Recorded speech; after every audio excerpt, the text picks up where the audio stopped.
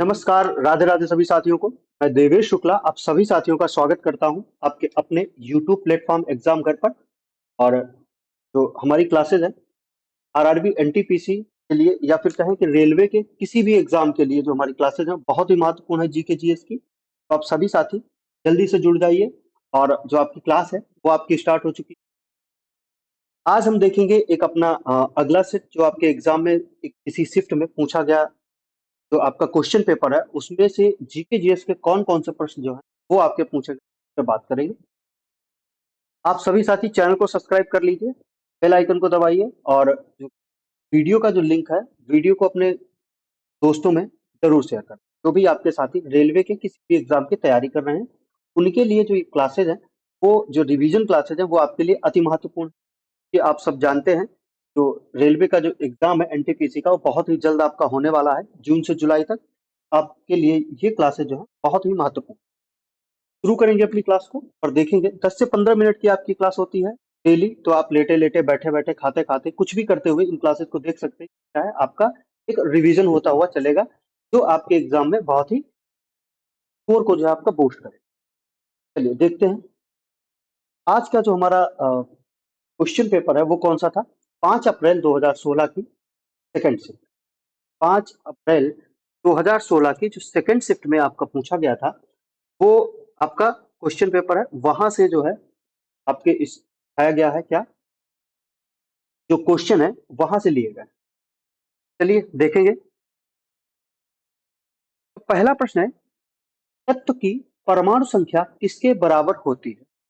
कोई भी अगर तत्व है तो परमाणु संख्या है वो किसके बराबर होती है। ये होती है आपके प्रोटॉन की संख्या के बराबर। प्रोटॉन में जो है प्रोटॉनों की संख्या कितनी है।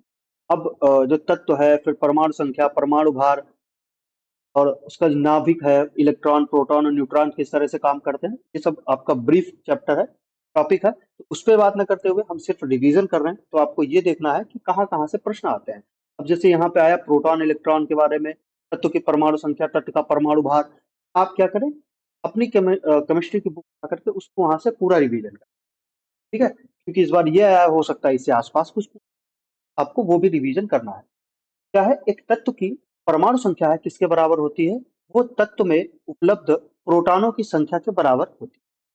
अगला केंद्र शासित प्रदेश का नाम जो केंद्र सरकार द्वारा घोषित प्रस्तावित स्मार्ट शहरों की पहली सूची में शामिल है तो वह है नई दिल्ली। नई दिल्ली क्या है एक जब जो हमारी केंद्र सरकार थी उसने स्मार्ट शहरों की घोषणा की कि स्मार्ट सिटीज बनाएंगे। तो भाई एक योजना आई कि भाई स्मार्ट सिटीज बनाएंगे हम।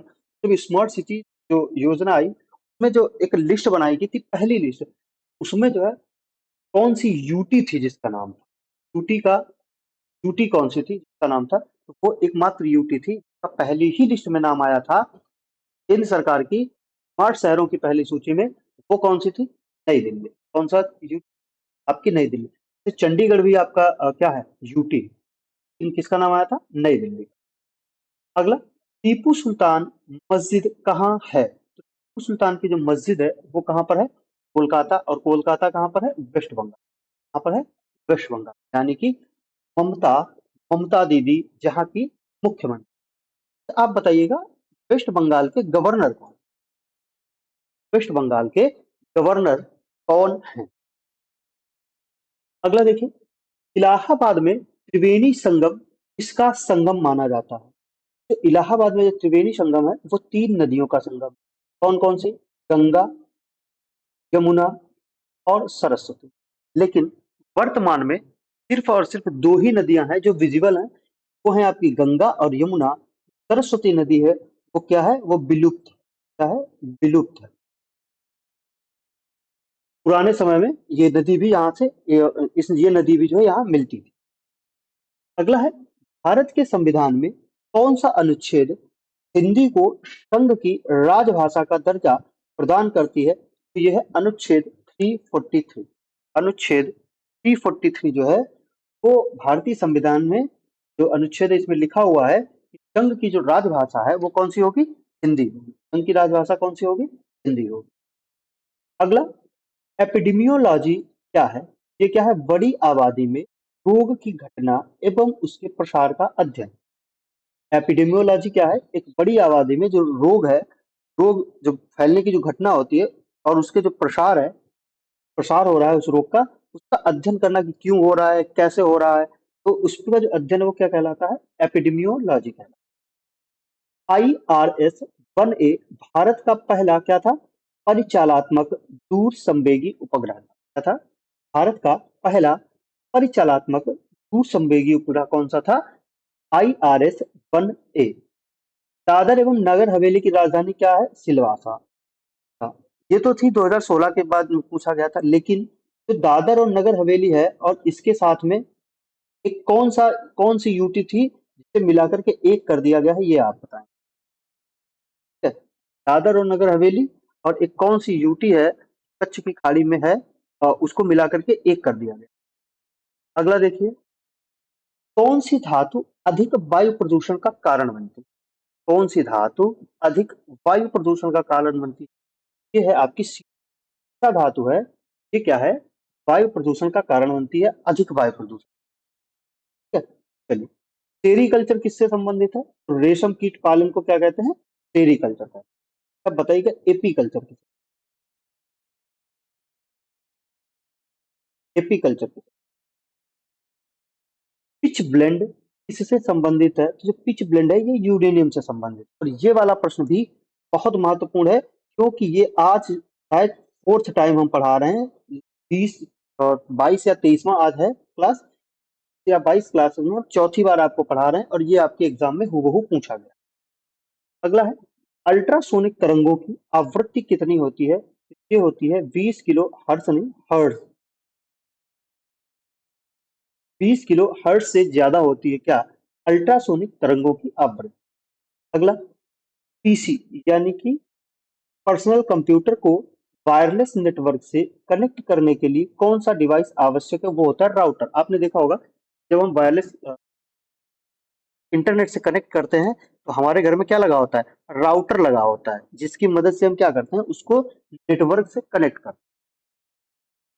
अगला, इंदिरा गांधी की जीवनी के लेखक का नाम क्या है? ये है पुपुल जयकर। कौन है? पुपुल जयकर है। इन्होंने जो इंदिरा गांधी जी थी हमारी प्रधानमंत्री रह चुकी है, इनकी जीवनी लिखी थी किसने? पुपुल जयकर ने। अगला प्रश्न, सूरज की रोशनी को विद्युत ऊर्जा में परिवर्तित करने के लिए सौर ऊर्जा उपयोग करती है किसका? फोटोवोल्टिक सेल्स का। क्या उपयोग करती है? फोटोवोल्टिक सेल्स का। अब बताइएगा, तो अंतरराष्ट्रीय सौर संगठन है,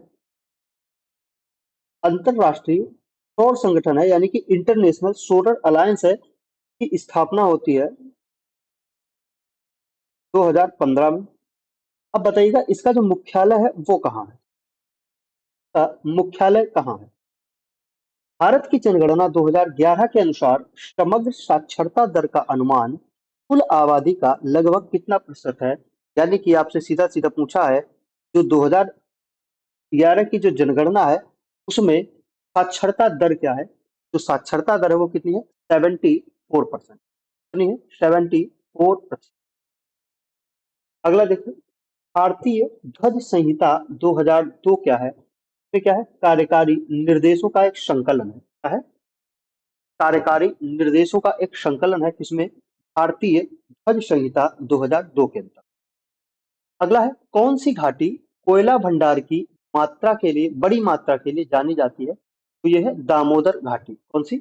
दामोदर घाटी जो है वो, वहां पे क्या है? बहुत भारी मात्रा में क्या है? कोयला के भंडार पाए जाते हैं। अगला है, हाथी के आसपास की हड्डियों को क्या कहा जाता है? तो इसे कहा जाता है रिब्स। क्या कहा जाता है? ये याद रखना है आप। सामान्य स्वास्थ्य के लिए रक्त में पीएच फैक्टर यानी कि पीएच की कितनी सीमा होनी चाहिए? तो पीएच मान है ये 7.4 से लेकर के 7.5 होना चाहिए आपके पीएच वैल्यू। अगला, मुगल शासकों के बीच प्रचलित भाषा कौन सी? जो मुगल शासक थे, इनमें कौन सी भाषा प्रचलित? तो ये भाषा थी आपकी फारसी। कौन सी थी? फारसी भाषा जो है ये प्रचलित। अगला प्रश्न, तरल पदार्थ के घनत्व को नापने के लिए किसका प्रयोग किया जाता है? तरल पदार्थ के घनत्व को नापने के हाइड्रोमीटर का प्रयोग किया जाता है। हाइड्रोमीटर। भारत में राष्ट्रीय खेल दिवस कब मनाया जाता है? तो ये मनाया जाता है 29 अगस्त को। इस दिन किनका जन्मदिन होता है? किसके जन्मदिन पर मनाया जाता है? ये आप कमेंट बॉक्स में बताएं। हुलुक गिब्बन नामक जानवर पाया जाता है। हुलुक गिब्बन नामक जानवर जो है वो पाया जाता है अरुणाचल प्रदेश में। कहाँ पाया जाता है? अरुणाचल प्रदेश में पाया जाता है। अगला प्रश्न, मधेसी समुदाय के लोग कहाँ के निवासी हैं? तो जो मधेसी समुदाय के लोग हैं ये हैं नेपाल से। कहाँ पे हैं? नेपाल में निवास करते हैं। अगला, सिंधु घाटी सभ्यता की सबसे महत्वपूर्ण विशेषता क्या थी? ये थी ईंट के बने भवन। क्या थी? ईंट के बने भवन। ठीक है, तो आज की क्लास की ये हमारा लास्ट प्रश्न था। इस शिफ्ट में इस क्वेश्चन पेपर में आपके केवल 26 प्रश्न पूछे गए थे, जिसमें कि हमने आपके करंट अफेयर्स भी ऐड रखे हैं, हटाए नहीं तो वो 22 या शायद 23 30 के आसपास रह जाते। तो आप सभी साथी बिल्कुल रिवीजन करते रहिए और यही आपकी मेहनत जो है आगे चल कर के रंग लाएगी, जो आपको एग्जाम क्रैक करने में आपकी बहुत मदद करेगी। मिलेंगे कल अपनी अगली क्लास में, तब तक के लिए सभी को धन्यवाद।